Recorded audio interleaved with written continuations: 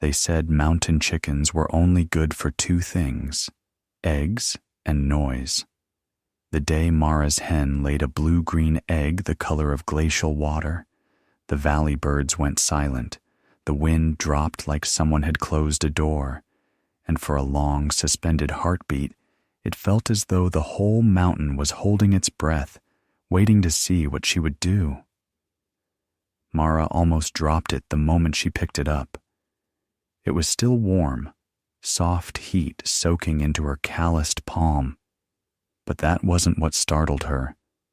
It was the color, not the soft brown or mottled cream she was used to finding in the rough straw box beside the coop, not even the pale blue some fancy town breeds could produce.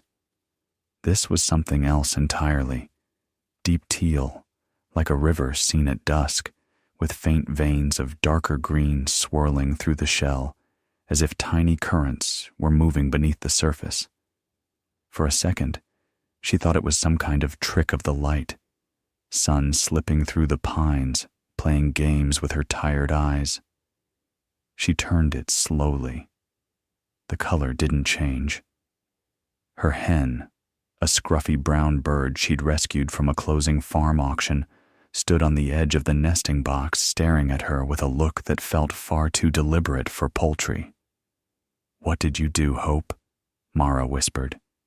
She hadn't named the bird for nothing. The chicken tilted her head, feathers ruffling with quiet pride, as if she understood perfectly well that she'd just broken a rule older than the farm itself. Mara's first instinct was purely practical. She lived alone on the mountainside and had long ago learned that survival didn't care much for magic. Eggs were food. Food kept her alive. But as she stood there, the cold morning air biting the tip of her nose, she realized she couldn't bring herself to crack it. It felt wrong, like smashing a delicate piece of sky against the edge of a pan. So instead, she carried it very carefully back to the cabin, cradling it in both hands the way other people might carry something as fragile as a heartbeat. Inside, the cabin felt smaller than usual, walls lined with shelves of jars, coils of rope, tools hanging from hooks.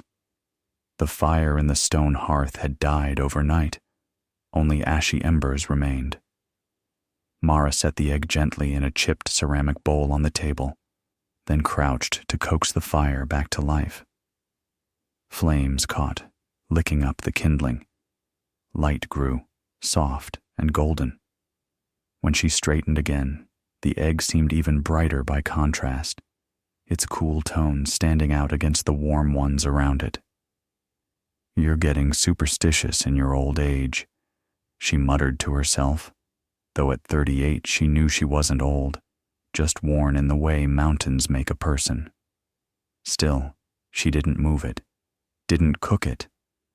Instead, she made coffee, sat at the table, and watched it like it might decide to do something if she looked away. The mountain outside the window was its usual winter self.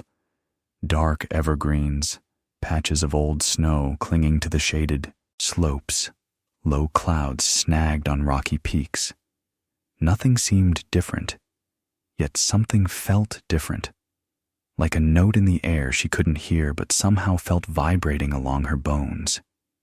She reached out on impulse, pressing her fingertips lightly to the shell. It was smooth, cool now, and completely still. No movement inside. No sound. Just an egg. "Of course," she said under her breath. "Just an egg." Hope clucked loudly outside as if offended by the dismissal. Mara took that as a sign she'd been sitting still too long. Mountain life didn't leave much space for staring at breakfast. There was frozen firewood to split, goats to check, a frozen pipe under the porch to deal with before the next cold snap. She pulled on her jacket, slid her feet into worn boots, grabbed her gloves from the hook, and hesitated. Her gaze snagged again on the bowl. Something in her chest tightened. Against better judgment, she took an old wool hat from the chair, folded it into a makeshift nest, and very carefully wrapped the blue-green egg in it.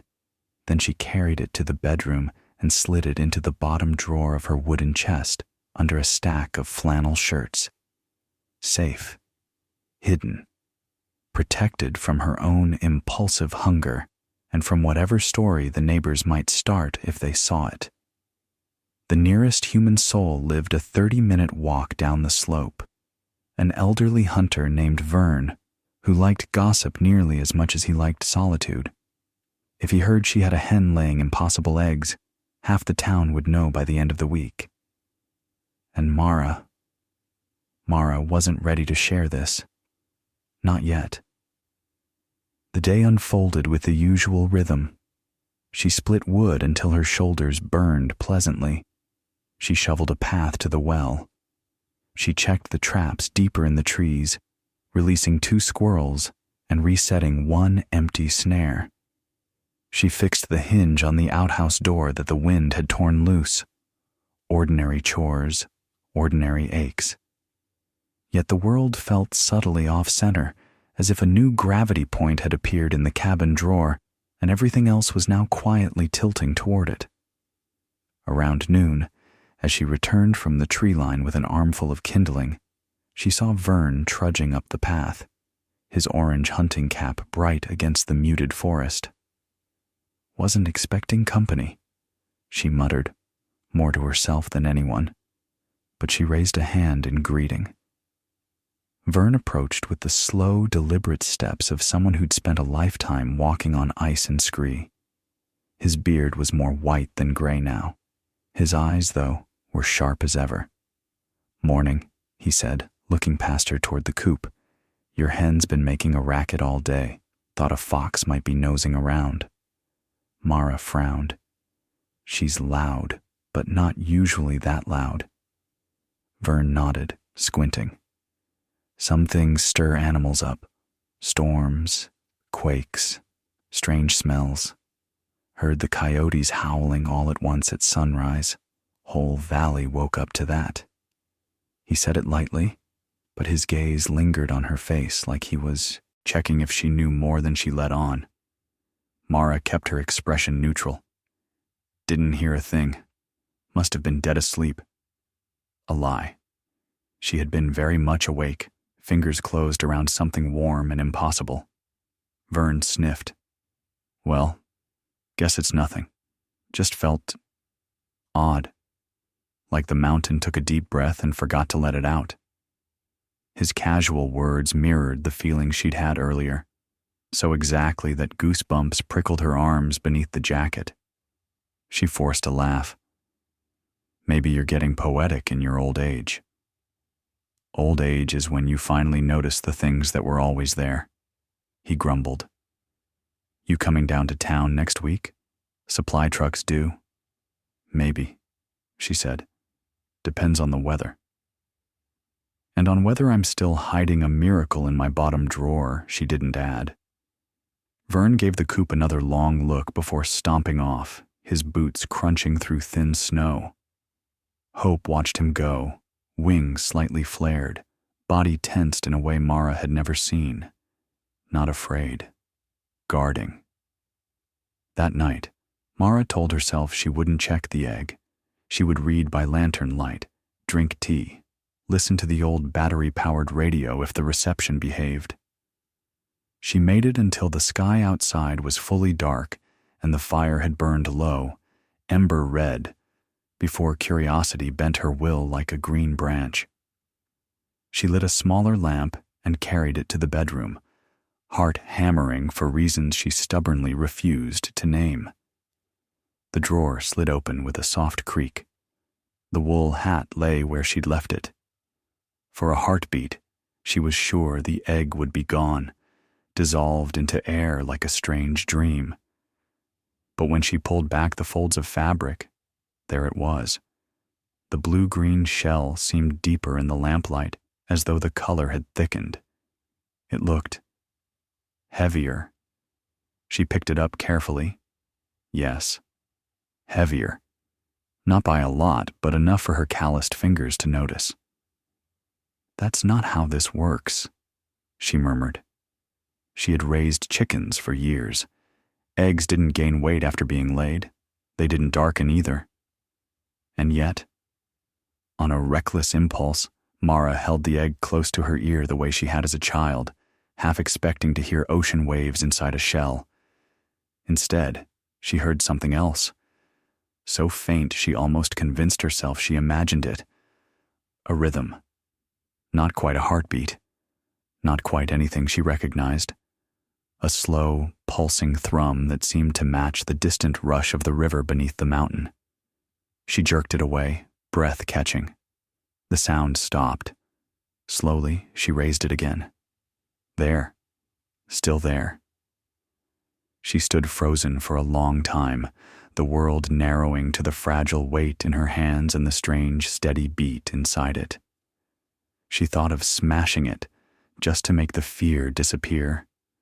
She thought of taking it back outside, leaving it in the forest, letting the mountain reclaim whatever it had sent. Instead, she did the most dangerous thing of all. She kept it. Days blurred, then sorted themselves into a new pattern. Every morning, Hope laid one ordinary egg, sometimes two. And every 3 days, as the sky shifted from pewter to clear, another blue-green egg appeared in the nest, perfect and impossible. Mara hid them all in the same drawer, wrapped in soft cloth. By the end of the first week, there were 3. By the end of the second, 5. Each one felt slightly heavier than the last, the pulsing rhythm inside them almost, but not quite, synchronized. Like different instruments learning to play the same song. The rest of her life continued, repairing fences, trading cheese and firewood in town, avoiding questions about why she seemed more distracted than usual. But internally, something was unraveling, or weaving itself into a shape she didn't yet recognize. She found herself talking less to the radio and more to the eggs, whispering half-formed thoughts as she worked in the cabin. "You picked the wrong woman," she'd mutter while stirring stew.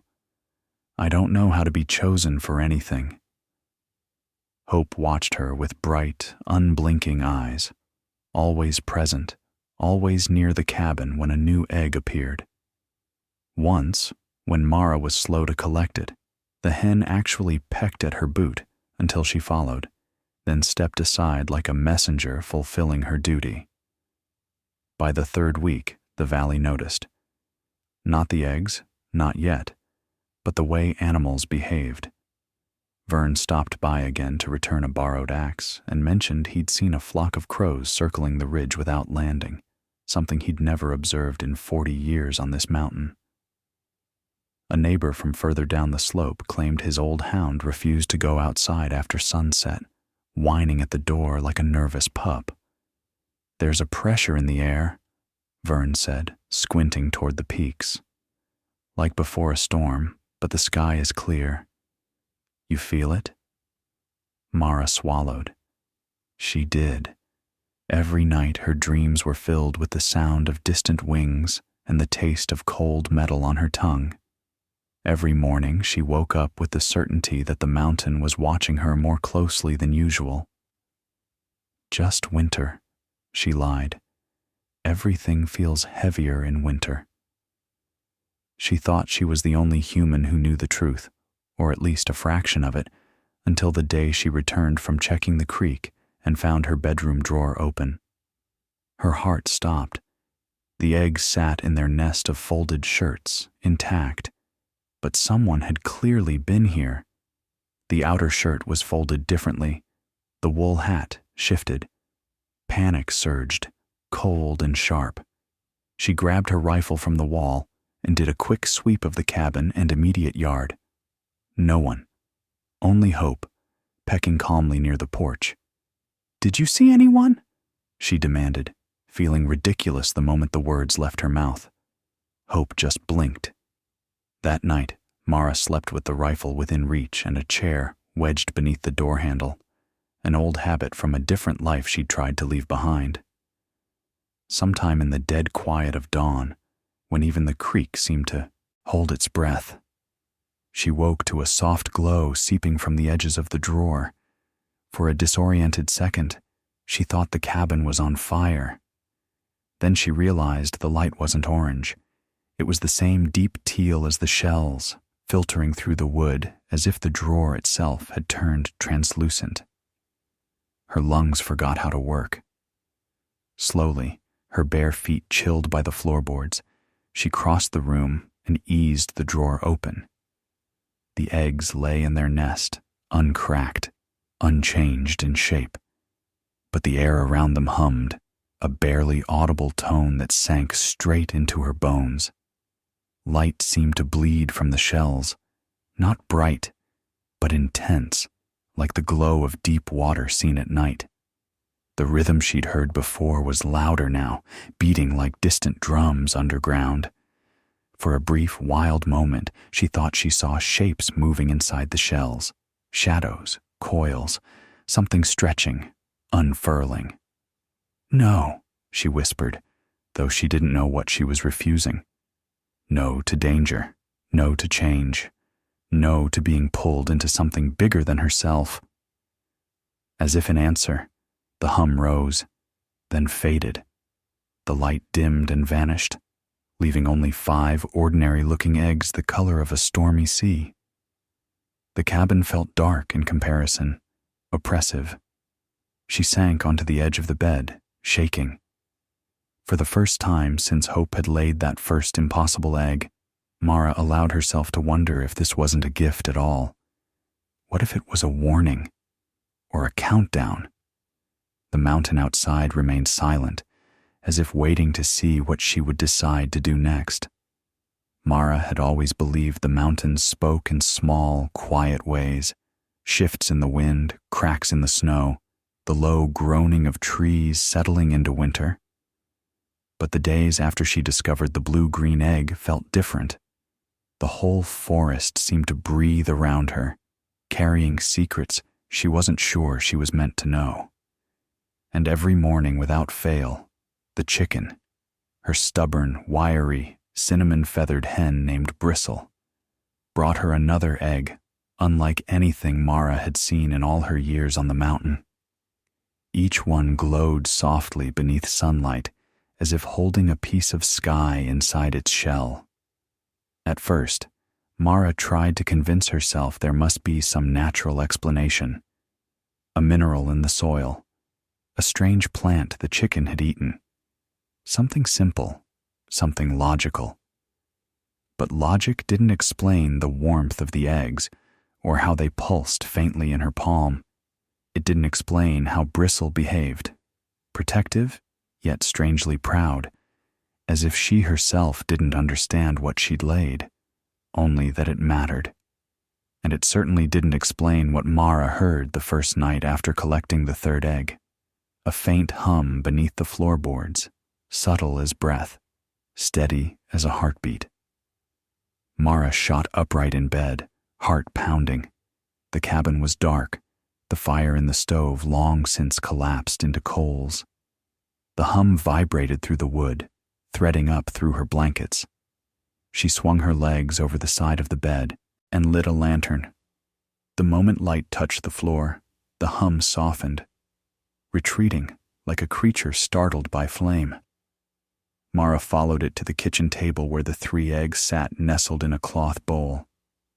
She approached slowly. The hum grew louder. Bristle, roosting on a beam above, let out a low, uneasy cluck. "No," Mara whispered. "This isn't possible." She touched the nearest egg. Heat radiated instantly through her fingertips, but it wasn't uncomfortable. It was warm, like another living being. The egg moved. Just a twitch. Small. Quick, but real. Mara staggered back, knocking the lantern against the table. Bristle fluttered her wings in alarm. Mara pressed a hand over her mouth, trying to quiet her own breathing. You're alive." She didn't know whether she was speaking to the egg, the chicken, or herself. The next morning, she wrapped each egg carefully in cloth and placed them inside a wooden crate by the stove for warmth. She had raised chicks before, dozens of them over the years. But nothing like this. The shells were too thick, too glassy. No chicken she'd ever known laid eggs that shifted color under sunlight like a river stone pulled from deep water. Bristle stayed close, pacing nervously around the crate, glancing at Mara as if expecting her to do something she didn't yet understand. By afternoon, the forest changed again. The wind dropped. The birds went silent. Even the brook behind the cabin seemed to hush. Mara stepped outside, scanning the tree line. She felt watched, not by predators, not by humans, but by the mountain itself. The air vibrated faintly, a tension she recognized only from storms that brewed for days before breaking. But the sky was clear, the sun sharp. Nothing moved except Bristle, who stood in the doorway, feathers ruffled, staring past Mara into the woods as though waiting for something. Or someone. That night, she barely slept. The eggs hummed softly, a sound Mara couldn't ignore. When exhaustion finally dragged her into dreams, they were fever-bright and unsettling. She saw flashes of pale shapes moving through the forest, creatures darting between trees with feathers glowing like lanterns. She saw Bristle standing on a cliff edge, her wings that shouldn't exist, spreading wide in the moonlight. And beneath it all, she heard the same hum as the eggs, rising, building, becoming a song that pulled at something deep inside her chest. She woke just before sunrise to a cracking sound. Mara bolted upright. The crate, the eggs. She stumbled across the cabin, tripping over her boots. A jagged line ran down the center of the nearest egg, glowing bright white. Bristle hopped forward, clucking sharply, feathers puffed out like a mother ready to fight anything. Mara held her breath. Crack. Another piece broke away. But instead of a beak or wing emerging, a soft, swirling light spilled through the opening, like mist, but thicker, alive, drifting upward as if weightless. "What?" Mara whispered. She reached out instinctively, but the mist recoiled, swirling like a startled animal, then dissolved into the air. Nothing remained inside the eggshell. No creature. No movement. Just a hollow shell faintly warm to the touch. Mara stared, speechless. Bristle looked up at her with round, worried eyes. "That's not how eggs hatch," Mara muttered. Understatement didn't begin to cover it. The other two eggs cracked next. One released a mist tinged with soft blue. The last glowed green before evaporating. When all three had opened, the cabin felt different. Charged, restless. Bristle hopped nervously from foot to foot, repeatedly glancing toward the window. Mara followed her gaze and froze. Something outside moved. Not an animal, not a person. A shimmer, like heat rising from rock, but colder, more deliberate. It drifted between the trees, its outline just barely visible, like a creature made of air and light. Mara grabbed her coat and her axe, not because she thought she could fight whatever was out there, but because empty hands felt too vulnerable. Bristle darted past her, out the door, feathers tight to her body. "Bristle!" Mara hissed, but the hen didn't stop. She sprinted after her, boots crunching frost. At the tree line, the shimmer paused, turning, or seeming to turn, toward them. For one breathless moment, Mara saw something inside the shape. Faint hints of feathers, a suggestion of wings, but nothing fully formed. A half-being, unfinished. The shimmering shape drifted closer. Bristle didn't run. Instead, she stepped forward, body low, eyes locked on the floating light. A breeze stirred the edges of the shape, as though it were held together by the thinnest threads. Mara lifted her axe slightly, not as a threat, but as a brace for whatever might happen. The shape flickered. Then, as if carried by some invisible current, It split into 3 smaller streams of light. Each one glowed a different color: blue, green, white, the same colors that had lifted from the eggs. Mara's breath hitched. The lights moved toward Bristle. She stepped back, but only once, then held her ground. The glowing threads circled her gently, weaving around her feathers. Then, they sank into her, vanished, absorbed. Bristle shuddered. Mara lunged forward, dropping her axe, scooping the hen into her arms. "Bristle! Bristle, look at me!" The chicken trembled violently for several seconds. Then, slowly, her breathing steadied.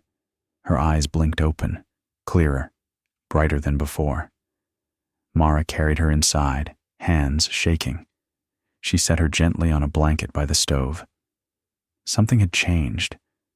Bristle moved normally, no limp, no pain, but something in the way she held her head, the alert tilt of her body, felt wrong, too aware, too focused. As Mara watched, Bristle stretched her wings.